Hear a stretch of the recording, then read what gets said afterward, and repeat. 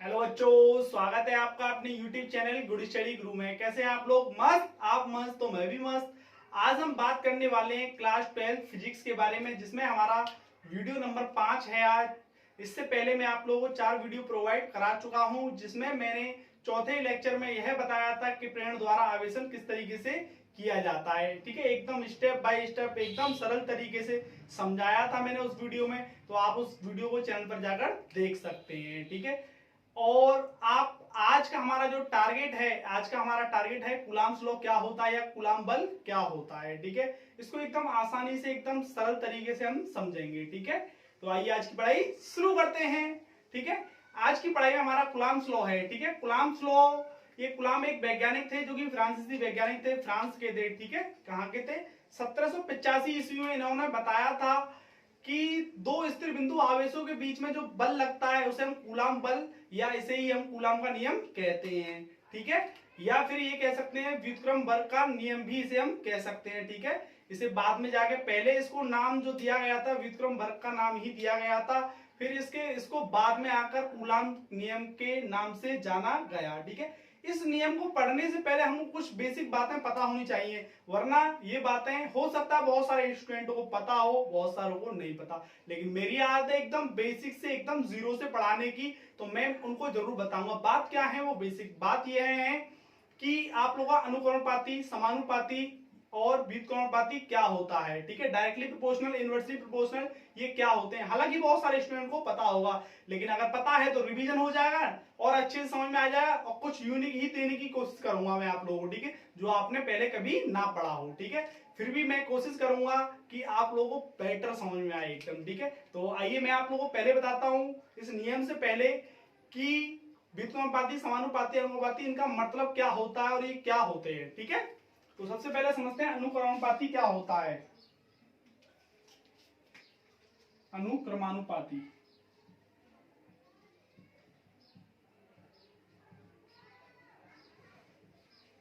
या समानुपाती कहें इसको। ठीक है, समानुपाती। ठीक भाई, ठीक है, इसे इंग्लिश में बोलते हैं डायरेक्टली प्रोपोर्शनल। क्या बोलते हैं? Directly proportional. ठीक है, आप पूरा लिख लेंगे यहाँ से। ठीक है, डायरेक्टली प्रोपोर्शनल बोलते हैं। यहां तक कोई दिक्कत नहीं होगी। ठीक है, आपको इस बात का क्या मतलब है मैं आपको पहले एक जनरली एग्जांपल के द्वारा समझाता हूं। ठीक है, सपोज दैट आप एक फैक्ट्री में, कंपनी में काम कर रहे हैं आप। ठीक, किस में काम कर रहे हैं आप? एक कंपनी में काम कर रहे हैं। आपको इधर टाइमिंग है, इधर आपकी मनी है। ठीक, आपको 1 घंटे का वो 1,000 रुपये दे रहा है काम करने के। ठीक है, 1 घंटे का 1,000 रुपये, और 2 घंटे का कितना देगा फिर वो? 2,000 रुपये। ठीक, 3 घंटे का कितना दे रहा है आप लोगों को? 3,000। एक बात समझ में आई हमारे यहाँ पे कि जैसे जैसे टाइम बढ़ रहा है वैसे वैसे मनी भी बढ़ रही है। हमारी मनी क्या हो रही है? बढ़ रही है। या फिर ये कहें मनी बढ़ेगी तो टाइम भी बढ़ेगा। यही हमारा क्या होता है? समानुपाती या अनुक्रमानुपाती, या फिर आपका डायरेक्टली प्रोपोर्शनल। या फिर मैं दूसरी भाषा में आप लोगों से कहूं, ये ए है अनुपाती बी के, तो बी आप लोगों का अगर बढ़ेगा तो ए भी बढ़ेगा। अगर आपका दूसरी कंडीशन में लूं, ए अनुपाती बी, अगर बी घट रहा है तो ए भी घटेगा। ठीक है, ये होता है हमारा अनुपाती का मतलब। ठीक है, जब दो क्वांटिटीज की तुलना की जाती है आपस में, ठीक है, एक घट रहा है तो दूसरा घटेगा, अगर एक बढ़ रहा है तो दूसरा भी बढ़ेगा। ये होता है हमारा अनुक्रमानुपाती या समानुपाती या डायरेक्टली प्रोपोर्शनल। ठीक है, ये आप लोगों की बात समझ में आ गई होगी। ठीक है, ये मैंने अभी आपको एक एग्जांपल के द्वारा समझाया था। ठीक है, इसको हटाने के बाद एक स्थिरांक आता है। ठीक है, उसको मैं अभी थोड़ी देर में बताने वाला हूं। पहले मैं इसके बाद बता दूं आपको व्युत्क्रमानुपाती होता क्या है। ठीक है भाई, तो मैं इसको रफ कर रहा हूं। ठीक है, अब देखिएगा आगे।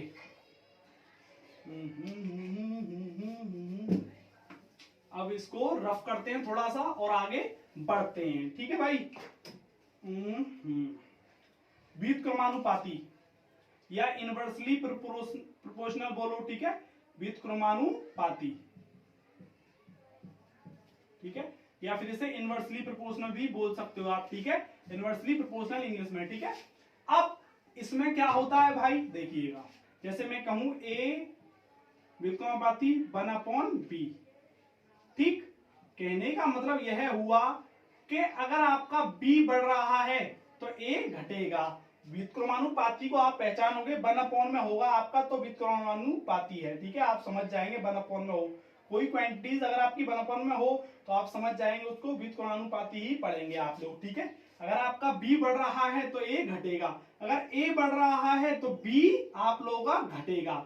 ये आप लोगों का होता है व्युत्क्रमानुपाती का मतलब। अब एक इंपॉर्टेंट बात बताता हूं मैं आप लोगों को कि जब भी ये दुनिया में हटेंगे, ये पूरी फिजिक्स में इतनी बार यूज होंगे भैया रे, व्युत्क्रमानुपाती समानुपाती बहुत बार यूज होंगे। ठीक है, मेरा मानना ये आपको अगर अभी क्लियर हो गया तो आगे आप बिल्कुल भी घबराओगे नहीं। इससे व्युत्क्रमानुपाती समानुपाती होता क्या है, इस चीज से बिल्कुल भी नहीं घबराओगे। ठीक है, अगर अभी क्लियर कर लोगे तो।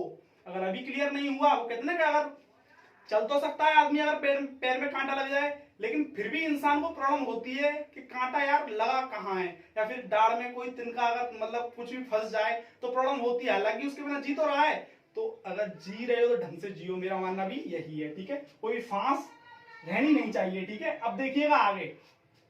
आगे आपको मैंने एक बात बतानी थी जो मैं आप लोगों को बता रहा हूं कि मैं ए अनुक्रमानुपाती बी, ये जब भी हटेगा तो एक स्थिरांक आएगा आपका। ठीक है, क्या आएगा, स्थिरांक। जैसे कि आप लोगों का a बराबर के बी आ गया, सपोज दैट। ठीक है, क्या आ गया, के बी। ये जब भी हटेगा तो बराबर का निशान आएगा और एक स्थिरांक आएगा k, मान लिया मैंने वो स्थिरांक, क्या मान लिया। अब क्वेश्चन उठ गया स्थिरांक क्या होता है भाई, क्या होता है स्थिरांक। तो स्थिरांक समझ लीजिएगा भाई लोग आप। ठीक है, स्थिरांक क्या होता है। ठीक है, मैं इसको रफ कर रहा हूं, ठीक है, क्योंकि आपको स्थिरांक समझाना है। ठीक, देखिएगा स्थिरांक क्या होता है। ठीक है, स्थिरांक कहो, ठीक है, या फिर आप नियतांक कहो, ठीक है, या फिर कांस्टेंट कहो आप, या फिर आप लोग इसे फिक्स कहो, ठीक है, या फिर रेटेड वैल्यू कहो आप इसे। ठीक है, बहुत सारे नाम होते हैं इसके, नियतांक, स्थिरांक। ठीक है, और आप लोगों का अब मैं आप लोगों को समझाने वाला हूं होता क्या है। ठीक है, देखो भाई, स्थिरांक का मतलब है कांस्टेंट वैल्यू, ठीक है, या रेटेड वैल्यू। ठीक है, रेटेड वैल्यू मतलब जो बदली ना जा सके। ठीक है, एक बार बन गई तो बन गई। ठीक है, मतलब उसी के लिए डिजाइन हो गई तो हो गई एक बार। ठीक है, नियतांक का मतलब होता है फिक्स। क्या मतलब होता है, फिक्स। जैसे कि आप लोगों ने देखा होगा बल्बों पे लिखा होता है ना कि 10 वाट का है, मतलब कांस्टेंट है वो। ठीक है, फिक्स हो चुका है। ठीक है, या फिर मैं ये कहूं, अब ये है, ठीक है, जैसे कि 15 ml की है। ठीक है, ये की जो डिब्बी आपकी 15 ml की है। ठीक है, अगर मैंने इससे यहां तक भर दिया तो ये फिक्स था यहां तक। ठीक है, इसका जो साइज है फिक्स है यहां तक। ठीक है, सपोज दैट 15 ml ये यहां तक। ठीक है, अगर इससे ज्यादा मैं भरता हूं तो वो फैल जाएगा, मतलब फिक्स है। ये क्या है, फिक्स, दैट्स रेटेड वैल्यू। ठीक है, क्या है ये, रेटेड वैल्यू, मतलब नियतांक है, मतलब कांस्टेंट है। ठीक है, ये अब बदलेगा नहीं। ठीक है, हाँ, तो आप लोगों को ये बात समझ में आ गई स्थिरांक का क्या मतलब है, और नियतांक या कांस्टेंट या फिक्स या रेटेड वैल्यू का क्या मतलब है। ठीक है, जो फिक्स होता हो, ठीक है, रेटेड, ठीक है, जो बदलता ना हो। ठीक है भाई, अब एक और बात मैं आप लोगों को बता दूं कि आप लोगों का के जो है, के ही आएगा कब, 70% आप लोगों को के ही देखने को मिलेगा जब ये भी व्युत्क्रमानुपाती और समानुपाती हटेगा तो। ठीक है, और 30% में आप लोगों का कुछ भी आ सकता है, जो समानुपाती, स्थिरांक, नियतांक जो भी है आप लोगों का। ठीक है, कुछ भी हो सकता है। ठीक है, लेकिन 70% आपको के देखने को मिलेगा। ठीक है, अभी तक जो मैंने आप लोगों को सिखाया है, अनुपाती, समानुपाती, व्युत्क्रमानुपाती क्या होता है, इनका मतलब क्या होता है, स्थिरांक क्या होता है, ये सारी बातें सिखाई हैं। अब मैं बढ़ रहा हूं अपने कूलाम बल या कूलाम लॉ की ओर। ठीक है, तो मैं अब रफ कर रहा हूं इसे। ठीक है, देखिएगा भाई, इसे रफ करते हैं।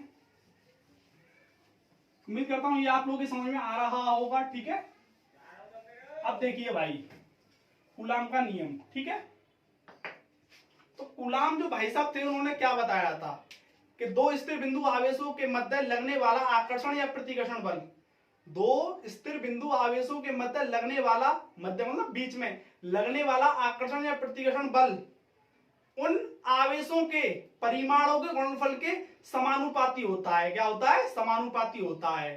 ठीक है, तथा उनकी बीच की दूरी के वर्ग के व्युत्क्रमानुपाती होता है। यह स्टेटमेंट दिया था कूलाम भाई साहब ने। अब तुम सोच रहे होंगे क्या कह दिया सर, कुछ बात तो पल्ले पड़ी नहीं, तो मैं आपको अब बताता हूं एक चित्र के माध्यम से, ठीक है।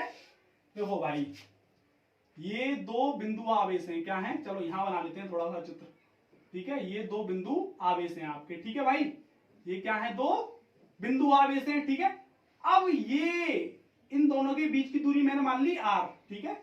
ये आप लोगों का q1 मान लिया मैंने और ये मान लिया q2, कोई दिक्कत नहीं है। ये बिंदु आवेश है, अभी बिंदु आवेश का मतलब भी बताऊंगा मैं, ठीक है। स्थिर बिंदु आवेश है ये, तो इनका मतलब मैं बताऊंगा आप लोगों को, ठीक है। थोड़ा सब्र कर लीजिएगा बस, ठीक है। ये आप लोगों की बात समझ में आ गई होगी यहां तक, ठीक है। कहने का मतलब यह बताया था कूलाम भाई साहब ने कि दो स्थिर बिंदु आवेश ले लिए, क्या लेनी है, दो स्थिर बिंदु आवेश लेने हैं, ठीक है। और उनके बीच में जो बल लग रहा है उसी को हम क्या कहते हैं, कूलाम बल या कूलाम नियम कहते हैं, ठीक है। मैंने अभी आपको स्टेटमेंट भी बताया था, ठीक है। ये एक दूसरे से कितनी दूरी पर है आप लोगों के, Q1 और Q2 जो है R दूरी पर है। अब मैं एक बात बता दूं आप लोगों को, पहले स्टेटमेंट लिख देता हूं मैं, ठीक है, तब आप लोगों की समझ में आएगा, पूरा समझाऊंगा, ठीक है। इस नियम के अनुसार, अगर आपको लिखना है तो लिखिए आप भी, इस नियम के अनुसार, ठीक है, इस नियम के अनुसार दो स्थिर बिंदु या बिंदुवत आवेशों के मध्य लगने वाला बल उन आवेशों के, या इन आवेशों के बोल सकते हैं, ठीक है, उन आवेशों के परिमाणों के गुणनफल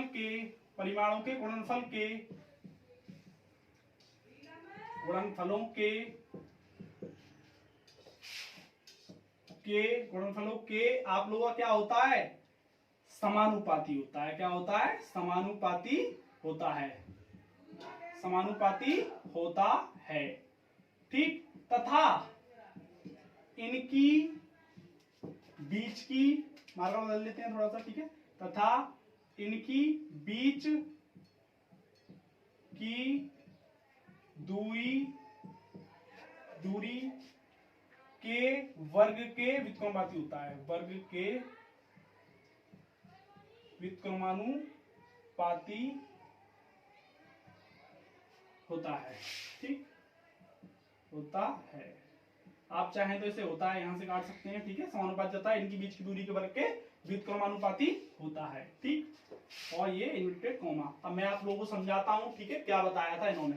इस नियम के अनुसार इन्होंने यह बताया था, जो फ्रांस के वैज्ञानिक थे कूलाम भाई साहब, ठीक है, दो स्थिर बिंदु आवेशों के मध्य, दो स्थिर बिंदु आवेश हैं, ठीक है, क्या है, स्थिर, ठीक है, रुके हुए, ठीक है, स्थिर बिंदु आवेशों के मध्य लगने वाला बल, इन दोनों के बीच में लगने वाला बल उन आवेशों के, मतलब इन्हीं आवेशों के परिमाणों के, इनका मान, परिमाण का मतलब मान या मात्राओं, ये कह सकते हैं, ठीक है, परिमाण या मानों के गुणनफलों के समानुपाती होता है, मतलब इनका समानुपाती होता है। अभी मैथमेटिकल में भी मैं आप लोगों को बताऊंगा, ठीक है भाई, समानुपाती होता है, तथा इनकी बीच की दूरी के वर्ग के व्युत्क्रमानुपाती होता है। इनकी दूरी जो है ना, इन दोनों के आपस में दूरी, उसके व्युत्क्रमानुपाती होता है। उससे पहले मैं आप लोगों को एक बात बता दूं यहाँ पे, हालांकि इसको स्किप कर देते हैं, ठीक है, मोस्टली लोग, ठीक है, कि बिंदु आवेश का क्या मतलब है। यहाँ पे मैं आप लोगों को बता दूं कि जैसे कि बिंदु आवेश का मतलब है इन आवेशों और इस दूरी के बीच में बहुत ज्यादा अंतर होना, इन दोनों की तुलना, मतलब इन दोनों में काफी अंतर है, ठीक है।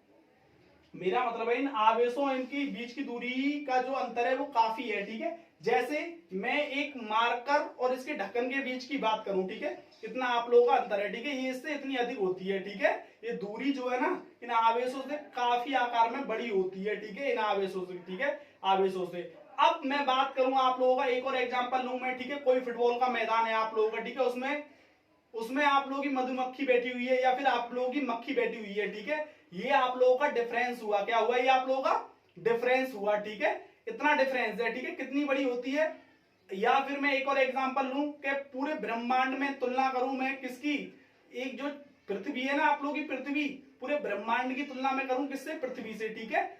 तो आप लोगों का जो ब्रह्मांड है वो काफी बड़ा है पृथ्वी से, ठीक है, पृथ्वी बहुत छोटी है पूरे ब्रह्मांड से, ठीक है। या फिर मैं ये कहूं ये मार्कर बहुत बड़ा है इस कैप से, ठीक है। या फिर मैं ये कहूँ आप लोगों का कि फुटबॉल के मैदान में, फुटबॉल का मैदान काफी बड़ा है, उसे बिंदु से, बिंदुवत इसीलिए माना है उसको, बिंदु उस मक्खी को, ठीक है, बिंदुवत माना है, ठीक है। तो आप लोग उम्मीद करता हूँ बिंदु आप लोगों की समझ में आ गया होगा, बिंदु शब्द का प्रयोग क्यों किया गया है, बिंदुवत क्यों लिया गया है इन आवेशों को, ठीक है भाई।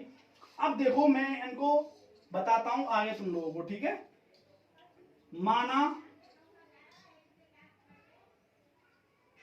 माना देखिए,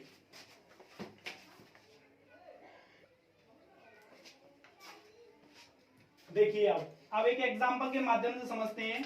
माना दो बिंदु आवेश Q1 व Q2 एक दूसरे से r दूरी पर हैं, तो r दूरी पर ही तो है, एक दूसरे से कहां पर है, r दूरी पर हूं, तो कूलाम के नियम से, तो कूलाम का नियम मतलब कूलाम भाई साहब ने भी यही तो बताया था आप लोगों का कि दो आवेश, इन दोनों का गुणनफल, गुणनफल हो रहा है मतलब गुणा हो रहा है, इनके परिमाणों जो बल लग रहा है वो समानुपाती है। कैसा है, समानुपाती है, ठीक है। कैसा है, समानुपाती, तो समानुपाती तो लग रहा है भाई, ये समानुपाती का निशान है, ठीक है। पहली इक्वेशन मान ली। अब दूसरी इन्होंने यह बात बताई थी, दो बात बताई थी नियम में, इनकी बीच की दूरी के वर्ग के व्युत्क्रमानुपाती, तो इनकी बीच की दूरी r है, ठीक है, उसके वर्ग के, उसके वर्ग के व्युत्क्रमानुपाती होता है क्या, बल, जो बल लगता है इन दोनों आवेशों के मध्य में, ठीक है। तो ये आप लोगों का दो समीकरण बने। अब समीकरण 1 व 2 से, समीकरण 1 व 2 से, समीकरण 1 व 2 से ये मैथमेटिकल रूप निकालना है, हम क्या निकालना है, मैथमेटिकल रूप, ठीक है, कूलाम्स लॉ का, ठीक है। तो F अनुपाती आप लोगों का Q1 और ये Q2 और ये R स्क्वायर, ठीक है। इस तरीके से आप लोगों का आ गया, कहने का मतलब समीकरण 1 व 2 से ये तो कॉमन है, F अनुपाती, ये बचा Q1 Q2 और ये 1/r स्क्वायर, 1 का गुणा करेंगे इसमें Q1 Q2 में, तो यही आ जाएगा Q1 Q2, ठीक है। अब मैंने एक बात बताई थी अभी कि ये जब भी हटेगा भाई रे, तो आप लोगों का कुछ ना कुछ स्थिरांक आएगा, मतलब नियतांक आएगा। तो अब इसको हटाने का समय आ गया है, तो हटा दो, ठीक है। तो इसको जब हटाएंगे तो k आएगा, यहाँ पे क्या आएगा भाई, k, ठीक है। और ये Q1 और ये Q2 जैसा था वैसा हमने लिख दिया, ठीक है भाई। ये हमारा प्राप्त हुआ कूलाम बल या कूलाम का नियम, ठीक है। ये इसका मैथमेटिकल रूप है। अभी तक हमने जो पढ़ा था यह कूलाम का नियम था। उम्मीद करता हूं आप लोगों की समझ में आ रहा होगा, नहीं आ रहा है तो आप दोबारा देख सकते हैं वीडियो को, ठीक है। एक और बार समझ लेते हैं, एकदम क्लियरिटी से, क्लियर समझ में आ जाना चाहिए आप लोगों का कि कूलाम भाई साहब ने क्या किया था। इन्होंने दो स्थिर बिंदु आवेश लिए थे, ठीक है। उनके बीच में जो बल लग रहा था ना, उनके बीच में लगने वाला बल, उनके बीच में लगने वाला बल जो था ना, उन आवेशों के परिमाणों के, जो आवेश इन दोनों का परिमाण, परिमाण मतलब मान, इनका मैग्नीट्यूड के गुणनफल के समानुपाती था। जो बल था, जो बल जो था वो आवेशों के परिमाणों के गुणनफल के, आवेश दे रहे और इनके परिमाण आप लोग कुछ भी हो सकता है, ठीक है, परिमाणों के गुणनफल के समानुपाती होता है। समानुपाती हेरा मैं आप लोगों को समानुपाती और व्युत्क्रमानुपाती को भी बताकर आया हूं, ठीक है। और दूसरी बात इन्होंने यह बताई थी कि इनकी बीच की दूरी जो r है ना, उसके वर्ग के व्युत्क्रमानुपाती होता है, ठीक है। क्या, ये बल, ठीक है भाई। ये दो बात आप लोगों को बस याद रखनी है, ठीक है। इसका मैथमेटिकल फॉर्म ये है, ठीक है। ये कैसे आया ये आप लोगों को मैंने अभी बताया है, ठीक है। अब इसके आगे बात करते हैं हम, ठीक। इसका समानुपाती नियतांक आप लोगों का क्या होता है, ठीक है। अब देखिएगा इसका समानुपाती नियतांक, ठीक है। तो वो समानुपाती नियतांक है आपका इसका k, ठीक है, जो कि स्थिरांक है। इसको हटाने से आप लोगों का जो प्राप्त हुआ था वो k था, ठीक है। एक ऐसी वैल्यू जो कांस्टेंट है, ठीक है, समानुपाती स्थिरांक, ठीक। अब निर्वात में, मतलब जहां वायु ना हो, निर्वात उसे बोलते हैं वैक्यूम, ठीक है। तो इसका k का जो मान है वो क्या होगा, 1/4πε0 होगा, ठीक है। इसका भी आप लोगों का मान होता है 9 × 10⁹ newton metre square upon coulomb square, ठीक है। ये कैसे बना मात्रक आप लोगों का मैं आप लोगों को थोड़ा बहुत बता दूं। अगर मैं यहाँ पे इस k को, इस फॉर्मूले को, इस वाले फॉर्मूले को k के फॉर्म में लिखूं तो इस तरीके से, मतलब लिखूं कांस्टेंट वाले, तो इस तरीके से लिख सकता हूं। अब f का मतलब बल, बल का मात्रा क्या होता है, न्यूटन, ठीक है, तो न्यूटन बन गया। अब r का मात्रा क्या होता है, मीटर, तो मीटर दो बार है, मीटर मीटर मीटर स्क्वायर। अब ये क्या है, Q1 Q2, तो इसका कूलाम, इसका coulomb, coulomb coulomb coulomb square, ठीक है। तो उम्मीद करता हूं ये मात्रक आप लोगों की समझ में आ गया होगा। अब हम बात करते हैं आगे, जहां एक शब्द और यूज हो रहा है एप्सिलॉन नॉट, ठीक है, या एप्सिलॉन जीरो भी बोलते हैं भाई इसको, ठीक है, कोई दिक्कत नहीं है। एप्सिलॉन नॉट निर्वात की विद्युतशीलता कहलाती है, क्या कहलाती है। अब एक और क्वेश्चन उठ गया, निर्वात की विद्युतशीलता मतलब विद्युतशीलता क्या होता है, तो बस थोड़ा सा पेशेंस रखिएगा, अभी बता रहा हूं। इसका मान समझ लेते हैं पहले, ठीक है। ये आपको याद रखना पड़ेगा, इसका मान होता है 8.854 into 10⁻12 coulomb square upon newton metre square. उसका जस्ट उल्टा होता है, ठीक है, उसका जस्ट उल्टा होता है, ठीक है। क्योंकि अब के हमने इस फॉर्मूले में से इसमें से एप्सिलॉन नॉट की वैल्यू निकाल दी, एफ को यहाँ फेंक दिया है, ठीक है। और 4 पाई एक कांस्टेंट है, तो इसका कोई मात्रक नहीं होगा आप लोगों का, ठीक है। अब देखिएगा आगे, ठीक है भाई। तो अतः निर्वात में बल क्या होगा, F equal to 1/4 pi epsilon naught into Q1 into Q2 upon R square. ये बात आप लोगों की समझ में आ गई होगी, ठीक है। ये इसका फिक्स मान होता है, ठीक है, एप्सिलॉन नॉट का। अब क्वेश्चन उठता है विद्युतशीलता होती क्या है, तो मैं आप लोगों को बता दूं विद्युतशीलता होती क्या है। किसी भी माध्यम का वो गुण जिसके कारण, किसी भी माध्यम का वो गुण जिसके कारण एक आवेश दूसरे आवेश पर आकर्षण प्रतिकर्षण लगाता है, उसे हम माध्यम की विद्युतशीलता कहते हैं, ठीक है। एक और बार मैं रिपीट करता हूं, किसी भी माध्यम का वो गुण जिसके कारण, किसी भी माध्यम का वह गुण जिसके कारण वह क्या लगाता है, एक आवेश दूसरे आवेश पर क्या लगाता है, आप लोगों का आकर्षण या प्रतिकर्षण लगाता है, उसी को हम क्या कहते हैं, माध्यम की विद्युतशीलता कहते हैं। देखिएगा यहाँ पे भी मैंने यही दिखाया है, किसी भी माध्यम का वो गुण जिसके कारण एक आवेश दूसरे आवेश पर आकर्षण या प्रतिकर्षण लगाता है, उसे हम माध्यम की विद्युतशीलता कहते हैं। अब एक क्वेश्चन उठ रहा होगा तुम्हारे दिमाग में, माध्यम क्या होता है, व्हाट इज माध्यम, बोले तो इंग्लिश में मीडियम, ठीक है, क्या मीडियम, ठीक है। अब मीडियम क्या होता है, एक और क्वेश्चन उठ गया। जैसे भाई निर्वात, जहां वायु ना हो, एक माध्यम है, ठीक है। अब एक और जैसे कि मोम, ये भी क्या है, एक माध्यम है। पानी, ये भी क्या है, एक माध्यम है, ठीक है। हवा, ये भी क्या है, एक माध्यम है, ठीक है। जैसे अब हम किस में रहते हैं, हवा में रहते हैं, ठीक है। तो हम एक हवा के माध्यम में, ठीक है। हम ऐसी जगह पहुंच जाए, आसमान में पहुंच जाए जहां वायु ना हो, ठीक है, तो वो निर्वात हो गया, ठीक है। अब मैं रबड़ से पैक हो जाऊं तो मैं रबड़ के माध्यम में हूं, ठीक है। माध्यम आप लोगों के समझ में आ जाना चाहिए। मैं जल में चला जाऊं, अभी स्विमिंग पूल में अंदर कूद जाऊं, तो मैं जल के माध्यम में पहुंच गया, ठीक है। बात समझ में आई तुम लोगों के, माध्यम क्या है, मीडियम क्या है, what is the medium, clear हो गया होगा भाई अब तो, ठीक है। इतना तो समझदार तुम लोग हो, ठीक है। तो किसी भी माध्यम का वो गुण जिसके कारण एक आवेश दूसरे आवेश पर प्रतिकर्षण या आकर्षण, प्रतिकर्षण मतलब दूर फेंकना, आकर्षण मतलब एक दूसरे के पास खींचना, ठीक है। आकर्षण या प्रतिकर्षण दिखाता है, इसी को हम क्या कहते हैं, विद्युतशीलता कहते हैं, ठीक है भाई। अब ये आप लोगों की समझ में आ गया होगा, ठीक है। अब आगे बढ़ते हैं, इसकी समझते हैं हम विमा क्या होती है, ठीक। अब हम बात करेंगे विमा के बारे में, ठीक है। एप्सिलॉन नॉट की विमा क्या होती है, ठीक है। विद्युतशीलता की जो विमा होती है वो क्या होती है, ठीक है। तो पहले इसका फॉर्मूला लिखते हैं, epsilon naught is equal to 1/4 pi epsilon naught into Q1 into Q2 upon R square, ठीक है। एप्सिलॉन नॉट की जो विमा होती है वो हम इस फॉर्मूला के अकॉर्डिंग ही निकालेंगे, देखिएगा भाई, ठीक है। अब देखो Q1 और Q2 ये आवेश है, और आवेश एक अदिश राशि है, ठीक है। और इसकी जो विमा होती है 80 होती है, ठीक है। तो 80 का 80 मल्टीप्लाई करेंगे तो 80 होल स्क्वायर हो जाएगा, ठीक है। तो मैंने ये लिख लिया। अब मैं बात करता हूं बल की, किसकी, बल की। इसकी कोई विमा नहीं है। बल बोले तो एफ बोले तो फोर्स बोले तो इसकी जो विमा होती है आपकी m1L1T-2, ठीक। और आर स्क्वायर है तो इसकी L2 लगाएंगे, ठीक है भाई। अब इसका जब मैं पक्षांतर करूंगा, ऊपर ले जाऊंगा इनको, जब ऊपर से कोई चीज प्लस की होती है, कोई घात तो ऊपर जाती है तो माइनस की हो जाती है, घातांक रूल के अनुसार, ठीक है। तो देखिएगा m1 आप लोगों का प्लस का है, ऊपर जाएगा तो माइनस का हो गया, ठीक। अब L1 आप लोगों का, और ये L है, ठीक है। तो एक L और दो L कितने हो गए, गुणा में घाते हैं, जुड़ जाती है, तो L की घात 3 हो गई। अब L की घात 3 को ऊपर ले जाऊंगा तो माइनस की 3 हो जाएगी, तो ये हो गया माइनस का 3, ठीक है। अब T4, तो ये कितना है आपके पास, T कितना है आपके पास, माइनस का 2 है, ऊपर जाएगा प्लस का 2, और ऑलरेडी T2 ऊपर से बैठा हुआ है, तो T4 हो जाएगा, ठीक। अब A2, क्योंकि A की घात 2 है ना, तो A2, ये एप्सिलॉन नॉट की फाइनली विमा हो चुकी है आपकी m-1L-3 T4 A की घात 2, ठीक है। ये आप लोगों की किसकी होगी, विमा। ये आप लोगों को याद रखनी है, कैसे आई ये मैंने बताया है, ये आपको फाइनली याद रखना है, क्योंकि तुक्का नहीं है कोई, फिजिक्स है, समझेंगे आप कंसेप्ट को तभी आप लोगों की समझ में आएगा। बेशक अब आप इसको रट लीजिएगा, कोई दिक्कत नहीं है, लेकिन आया कैसे ये आपको पता चल गया ना, आप इसको स्किप कर दीजिएगा, नो प्रॉब्लम, क्योंकि पूछा यही जाएगा मेरे भाई, ठीक।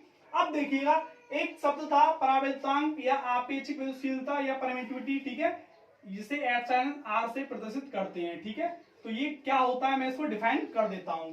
किन्हीं दो आवेशों के मध्य, कोई दो आवेश हैं, क्या है, कोई दो आवेश हैं, ठीक है, उनके मध्य निर्वात में लगने वाला बल, किसमें, निर्वात में लगने वाला बल, तथा उन्हीं आवेशों के मध्य माध्यम में लगने वाले बलों का अनुपात परावैद्युतांक या आपेक्षिक विद्युतशीलता कहलाती है। आप लोग क्या कहलाती है? जैसे कि मैं बात करूं आप लोगों का फॉर्मूला के अकॉर्डिंग, अगर मैं समझूं इस डेफिनेशन को तो और अच्छी समझ में आएगी, तो इसको अभी भूल जाइएगा आप लोग, ठीक है। इसको देखिएगा, किन्हीं दो आवेशों के मध्य, ठीक है, किन्हीं दो आवेशों के मध्य, किसके काम कर रहे हैं ये? दो आवेशों के मध्य निर्वात या वायु में आवेशों के मध्य बल लग रहा है हमारा F, ठीक है। और तथा उन्हीं आवेशों के मध्य माध्यम में, एक तो लग रहा है आवेशों पर आप लोगों का बल, ठीक है, किस पे लग रहा है? आवेशों पे। और एक लग रहा है उसके माध्यम में, जैसे कि मान के चलो दो आवेश हैं आप लोगों के, कोई Q1 Q2, ठीक है, किसी माध्यम में रखे हुए हैं, सपोज दैट किसी में भी रखे हुए हैं, ठीक है, वायु में, निर्वात में, किसी में भी रखे हुए हैं, ठीक है, वायु में रखे हुए हैं। अब जो निर्वात या वायु है ना, वो माध्यम जो है, उस माध्यम पर लगने वाला बल और आवेशों पर लगने वाला बल, दोनों का अनुपात हमारा जो होता है वो परावर्तनांक कहलाता है। दोनों का अनुपात क्या कहलाता है? परावर्तनांक। एक बार और समझाता हूं मैं। दो आवेश हैं, अब वो आवेश किसी माध्यम में तो रखे होंगे, वायु या निर्वात में, तो आवेशों पर लगने वाला बल और आप लोगों का उन जिस माध्यम में रखे थे उस माध्यम पर लगने वाले बल, दोनों आपस में क्या होते हैं? अनुपात होता है एक दूसरे का, ठीक है। ये ही हमारा क्या कहलाता है? परावर्तनांक या आपेक्षिक विद्युतशीलता कहलाता है। परावर्तनांक या आपेक्षिक विद्युतशीलता कहलाती है, ठीक है। परावर्तनांक को एप्सिलॉन से प्रदर्शित करते हैं। निर्वात या वायु में आवेशों के मध्य लगने वाला बल Fo, उन्हीं आवेशों पर मध्य में लगने वाला बल क्या है हमारा? Fm। अगर आपको नहीं समझ में आया तो मैं एक बार और क्लियर कर रहा हूं। दो आवेश हैं, वायु में रखे हुए हैं, आवेशों पर लगने वाला बल और आपका जिस माध्यम में रखे हुए हैं वो उस माध्यम पर लगने वाला बल का अनुपात आप लोगों का क्या कहलाता है भैया रे? विद्युतशीलता या आपेक्षिक विद्युतशीलता, सॉरी, आप लोगों का परावर्तनांक आपेक्षिक विद्युतशीलता कहलाता है, ठीक है। ये आप लोगों के पास समझ में आ गई होगी, ठीक। परावर्तनांक क्या होता है ये आपने क्लियर कर लिया। अब मैं यहाँ पे इसका फॉर्मूला लिखता हूँ। निर्वात में आवेशों के मध्य बल लग रहा है तो फॉर्मूला हुआ 1/4πε0 into Q1 into Q2 upon R²। अब उन्हीं आवेशों पर माध्यम पर लगने वाला बल, माध्यम FM इसीलिए लिखा है क्योंकि M फॉर होता है मीडियम आप लोगों का, ठीक है भाई। तो 4πε, ठीक है, Q1 into Q2 upon R²। अब देख पा रहे होंगे आप लोग कि सब कट रहा है हमारा, ठीक है, क्या है? 1/4π से 1/4π, ठीक है, 4π से 4π, 1/4π, ठीक है। अब दूसरी चीज आप लोगों की Q1 upon R², Q1 into Q2 upon R², Q1 into Q2 upon R², दोनों कट रहे हैं आप लोगों के, ठीक है। जो बचा आप लोगों का एप्सिलॉन तो ऊपर पहुंच जाएगा, सॉरी एप्सिलॉन तो आप लोग पहुंच जाएगा ऊपर, एप्सिलॉन नॉट आएगा नीचे, ठीक है। और ये इधर क्या है? Epsilon R। तो आप लोगों का जो बचा ना वो ये बचा, ठीक है, epsilon R equal to epsilon upon epsilon naught, ठीक है भाई। ये आप लोगों का फॉर्मूला है परावर्तनांक का। किसका फॉर्मूला है? परावर्तनांक का। यहां तक आप लोगों के बात समझ में आ गई होगी। मैं एक बार और बता देता हूं परावर्तनांक क्या होता है, ठीक है। दो आवेश किसी माध्यम में रखे हुए हैं, उन आवेशों पर लगने वाला बल और आप लोगों का जिस माध्यम में रखे हुए, वायु, निर्वात, जिसमें भी रखे हुए हैं, उन पर लगने वाला बल का अनुपात आप लोगों का परावर्तनांक कहलाता है। इतनी बात याद रख लोगे, इतनी बात याद रखनी बस, जिसे एप्सिलॉन R से प्रदर्शित करते हैं परावर्तनांक को, ठीक है भाई। अब देखो हम आगे बढ़ने वाले हैं, ठीक है। अब हम बात करेंगे इस सूत्र से हम एक और डेफिनेशन बना सकते हैं। वो भी डेफिनेशन सही थी और ये भी डेफिनेशन सही ही है, ठीक है। ये इजी है तो इसे याद कर लेना, वो इजी है तो वो उसे याद कर लेना, ठीक है। एक और डेफिनेशन देने जा रहा हूं मैं आप लोगों को परावर्तनांक की, ठीक है।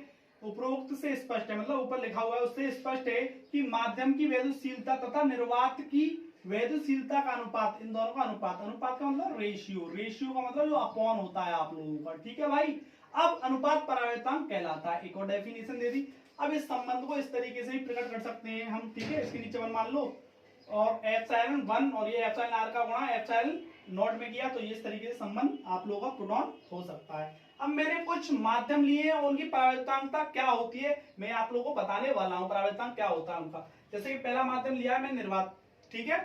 वैसे तो कोई माध्यम नहीं होता है लेकिन मानते हैं इसको, ठीक है। इसकी परावर्तनांक जिसका क्या होता है 1, वायु 1.0051, ठीक है। लेकिन इसको भी लिखते क्या है? 1 ही लिखते हैं, ठीक है। लगभग होता है, ठीक है, लेकिन 1 ही लिखते हैं। कांच की अगर मैं बात करूं तो इसका परावर्तनांक होता है 5 से 10, ठीक है। अब मैं अभ्रक की बात करूं तो 3 से 6, ठीक है।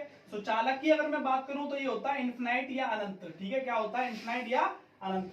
ये आप लोगों के बात समझ में आ गई होगी जो मैंने आप लोगों को पढ़ाया है। मैं आप लोगों को रिवीजन करा देता हूं मैंने इस लेक्चर में आप लोगों को क्या क्या पढ़ाया है। पहले मैंने आप लोगों को बताया कि कूलाम एक वैज्ञानिक थे जिन्होंने एक नियम दिया था, ठीक है, वो मैंने नियम पूरा बताया है, ठीक है। दूसरे नंबर पे मैंने आप लोगों को बताया व्युत्क्रमानुपाती, अनुपाती और समानुपाती इनका मतलब क्या होता है। तीसरे नंबर पे मैंने बताया था आप लोगों को स्थिरांक, कांस्टेंट, ये सब इन सब का मतलब क्या होता है, ठीक है भाई। अब आप लोगों को मैंने फिर स्टेटमेंट लिखाई है, ठीक है, फिर उसका मैथमेटिकल रूप लिखाया है, किसका, आप लोगों का कूलाम्स लॉ का, ठीक है। उसके बाद मैंने आप लोगों को उनकी विमा वगैरह लिखाई है, ठीक है। उसके बाद मैंने आप लोगों को परमिटिविटी पढ़ाई है, ठीक है, विद्युतशीलता भी पढ़ाई है, ठीक है।